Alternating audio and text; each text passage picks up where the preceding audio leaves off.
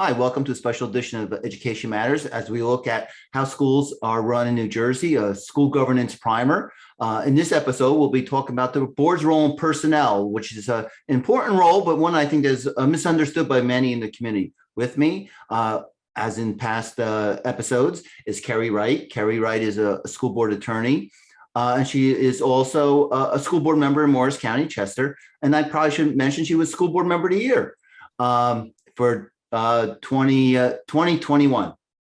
And also with me is Peter Hughes. Peter is the superintendent in Bergen County and also was a school board member in Morris County. And he also, so both of them have a unique perspective looking at the role of the board from two different perspectives.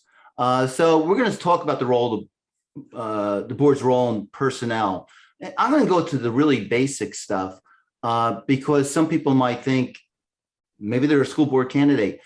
I'm going to observe some teachers. So, Kerri, what are the dangers if a parent, if a board member goes in and tries to observe any staff member?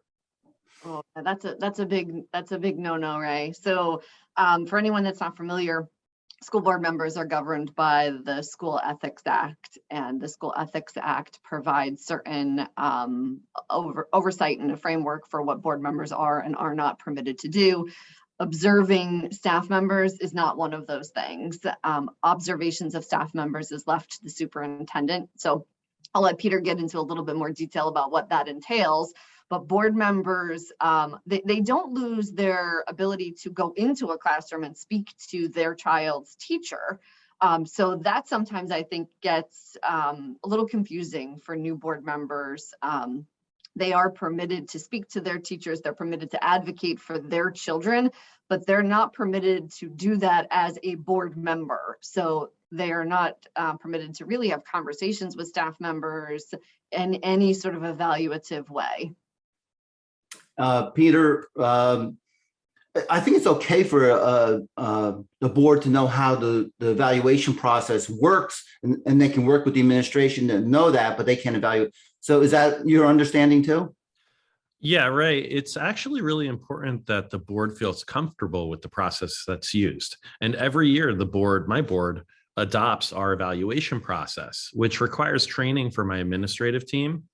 And we do a number of days and meetings to really refine our ability to identify good teaching and pedagogy and curriculum. Are they following the curriculum? And for all of that, that's why we have our degrees. That's why we have our training. And that's why we have our professional expertise.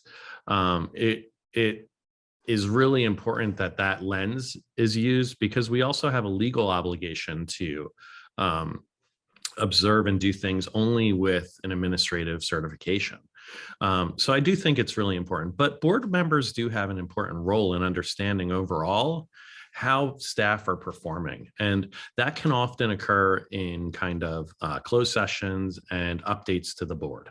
And that's something that superintendents tend to do because they want the board to trust their decisions and their process. And we'll get to closed sessions in another episode. We're not covering that one in this one. Board, and Peter mentioned it in a previous episode, the board acts on the recommendation of the superintendent, and that's very true in personnel, even the first hire or the non-renewal. Kerri, can they put in their own name? If they look at the list and they say, oh, Mrs. Jones isn't on this, can we have Mrs. Jones as our third grade teacher? No, they can't. I feel like I'm always the no person here. Board members can't do this. Board members can't do that. So no, unfortunately, board members are not permitted to put in their own name, but their role is really important. They are able to evaluate the staff members that are being recommended either for promotion or for tenure or for hiring new staff members, but they are working off of the recommendation made by the superintendent. They have the authority to either accept or reject that recommendation. But they are also permitted to see all the candidates so they can evaluate whether the superintendent made the best or most appropriate recommendation. If, however, they see a pool of candidates and they say, oh no, you wanted this person, and we want this person from that candidate, they are not there, I'm sorry, not from the candidate, from that pool. they're not permitted to just simply say, we're going to put this one on the agenda for approval. So there's limitations, but they do have a role in the process. And Peter, it's okay for them to ask usually, why are you recommending this person above those other candidates? And what was your process for hiring?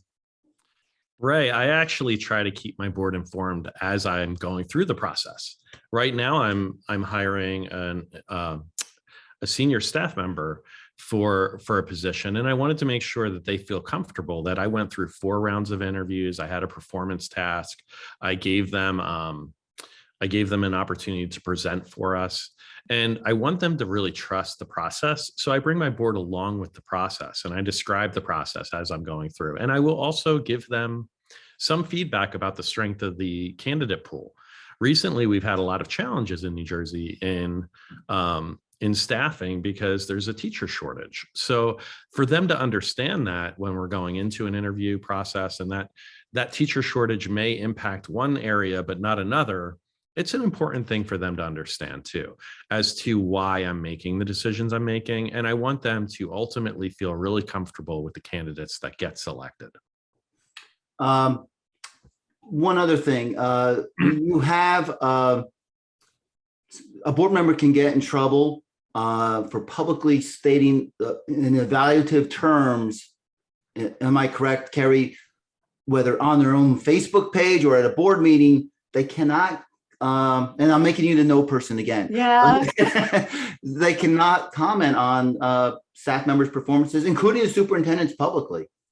Nope, that is true. That goes back to the School Ethics Act. The School Ethics Act prohibits board members from making those types of evaluative statements. Also, state law prohibits that release of information that might be confidential, which could be an employee's evaluation. So there are those 2 pieces that come to work there when it comes to board members. In fact, the School Ethics Act says that board members are to support staff in the proper performance of their duties. Sometimes that, I get questions of, well, if I don't think they're doing a good job, doesn't that mean that they're not performing their duties properly? And I said, no, well, that's not really quite the same thing. And in order to keep from getting in trouble with the School Ethics Act, or having the union file a grievance or an unfair labor practice charge against the board, it is best if board members not publicly make statements about staff members that are evaluative. I think you made a very important point there, because it could have a detrimental effect on the district, endangering their legal status there. So, Correct. Okay. That brings us to the end of this episode. I'd like to thank Peter and Kerri once again for joining me, and I hope you found it informative. Thank